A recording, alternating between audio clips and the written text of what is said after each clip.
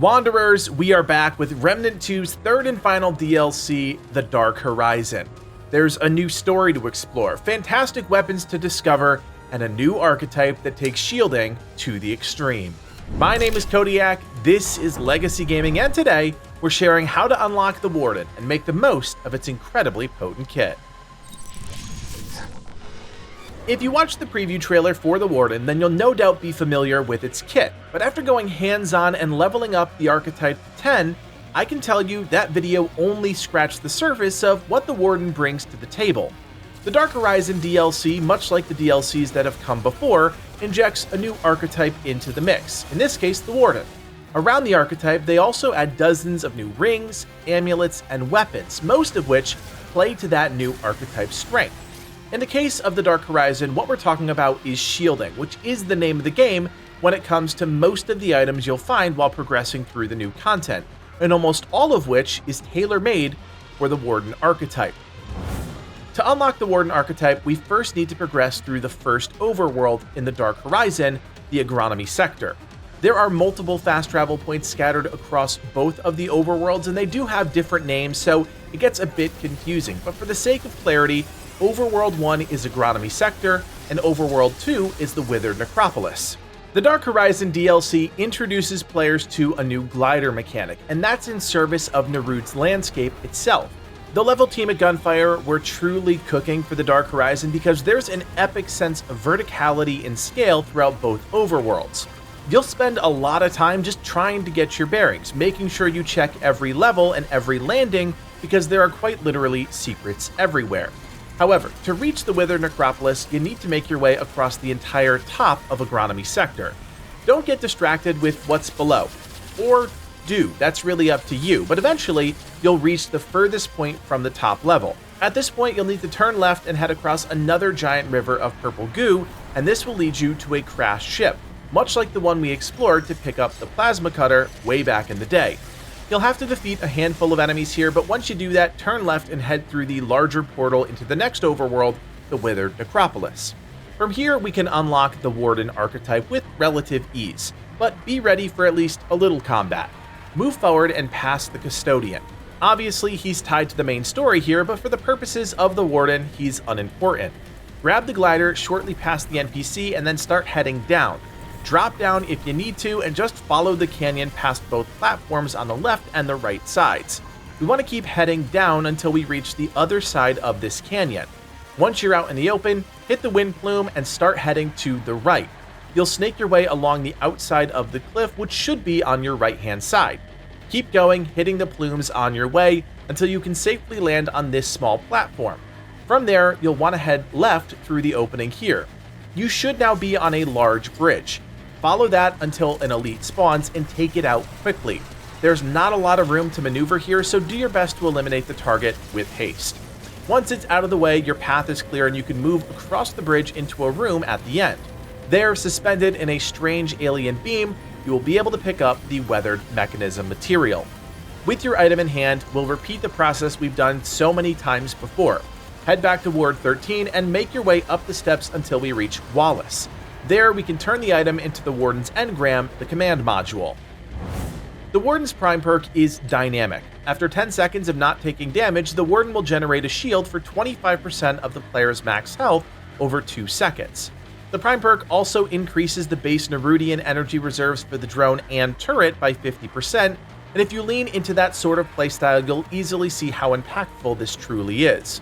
In terms of the archetype skills, we'll first understand that the Warden is unique and that it's another companion class. Alongside the Warden is a trusty drone, and depending on the skill you have selected, will dramatically change the drone's functionality. The first skill is the shield drone.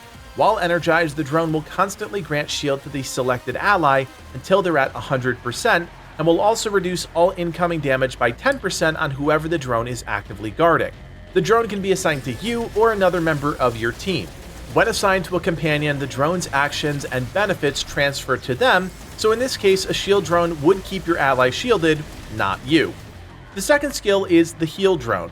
This heals an ally for 10% of their max health every 1 second while the drone has energy. The heal drone also grants a 10% increase to relic speed use on whoever it's protecting. The final skill is the combat drone. Designed to be a constant offensive presence, an energized combat drone attacks any threat near the selected ally. The combat drone also has a solid passive that increases fire rate and melee speed by 10% and reduces weapon charge time by 10%. Fun fact, the combat drone actually has two different attacks, a standard laser attack that can and often does hit enemies and allies, as well as a small AoE rocket. The shield drone is available right at level 1, the heal drone is available at level 5, and the combat drone is available at max level, level 10. Next, let's take a look at the archetype's perks and bonuses as a level 10 Warden. The damage perk Galvanize increases all damage by 25% and grants 5% critical chance. The team perk is called Safeguard. The Warden's drone grants 1 stack of Bulwark and increases incoming healing effectiveness by 10% to its warded target. As a reminder, Bulwark is a damage reduction buff that can stack up to 5 times. Because the drone is essentially just giving 1 free stack to whoever it's assigned to, consider this a 7% damage reduction buff to the ally under the drone's protection. The Warden's utility perk is Contingency. When the Warden's health drops below 25%, they gain a shield based on their max health, which lasts for 11.5 seconds. While the effect is active, the Warden's movement speed is also increased by 15%. Contingency can only proc once every 30 seconds. Finally, the Relic perk is called Energize. On Relic use, the Warden gets a shield for 31.2% of the player's max health. This effect doesn't stack with itself, lasts for 11.5 seconds, and while active, any action that would cost Nerudian energy has no cost. This means that while under the effect of the Relic perk, your drone and turret don't utilize any of their resources, essentially free casting for 10 seconds or until the shield is popped by damage.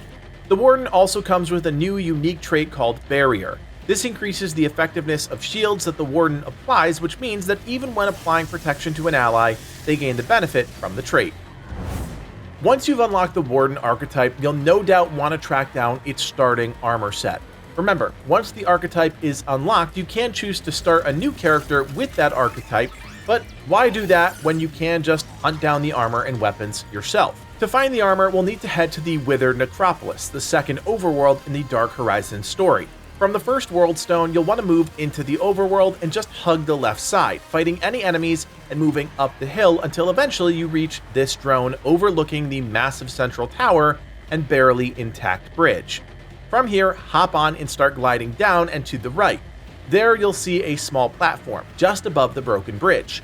Land and head into the chamber, fighting any enemies that get in your way. Halfway through the chamber, hang a left and you'll enter a small room. There, slumped against the back wall, is the vacant Nanoplated Armor Set. With no traits active, you might be surprised to find out that this is a light set of armor, which means a fast dodge and no stamina cost penalty. When equipped, the armor set also provides 10 bleed resistance, 6 fire resistance, and 9 blight resistance, while providing a total armor value of 64.8, equaling almost 25% damage reduction. If ever you wanted to run around as a lightweight ninja cyborg, well, now is your chance. To make the Warden archetype complete, you'll want to unlock both its starting primary and secondary weapons, as well as its melee weapon. The primary is one you should be familiar with, the Plasma Cutter.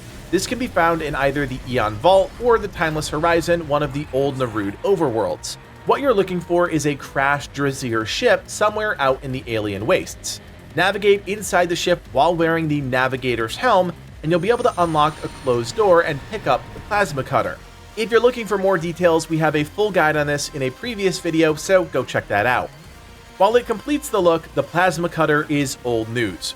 Instead, let's track down the new Repair Tool's secondary weapon, one of the most unique guns in the entire game, allowing you to heal allies, replenish the energy of Nerudian summons, and hurt foes.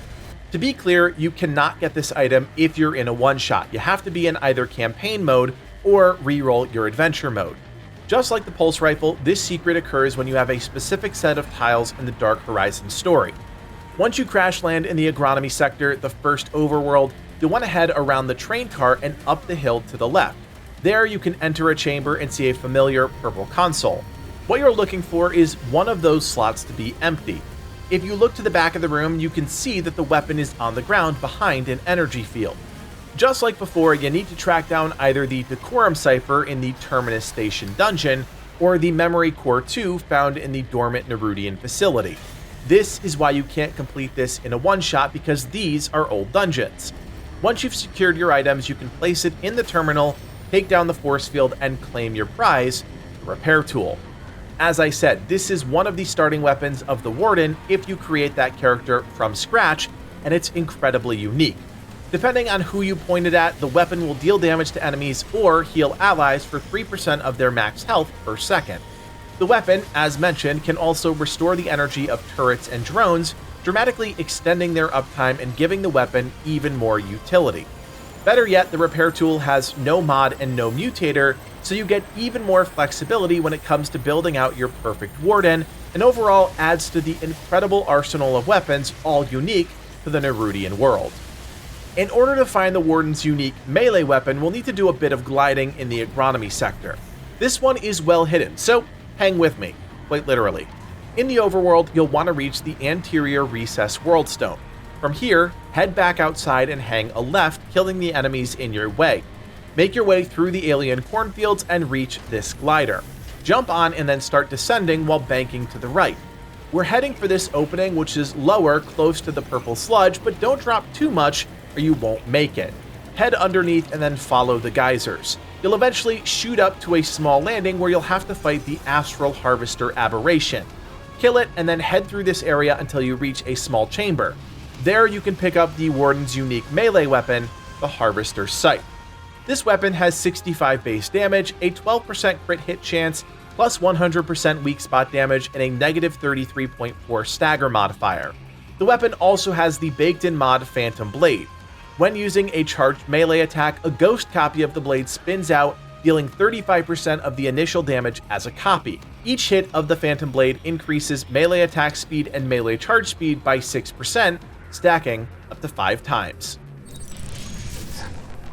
So there you have it, everything you need to know to unlock the Warden and get you ready to take on the alien evils that await you in the new DLC. If you have any questions or just enjoy our content, leave us a comment down below and don't forget to like the video and subscribe to the channel.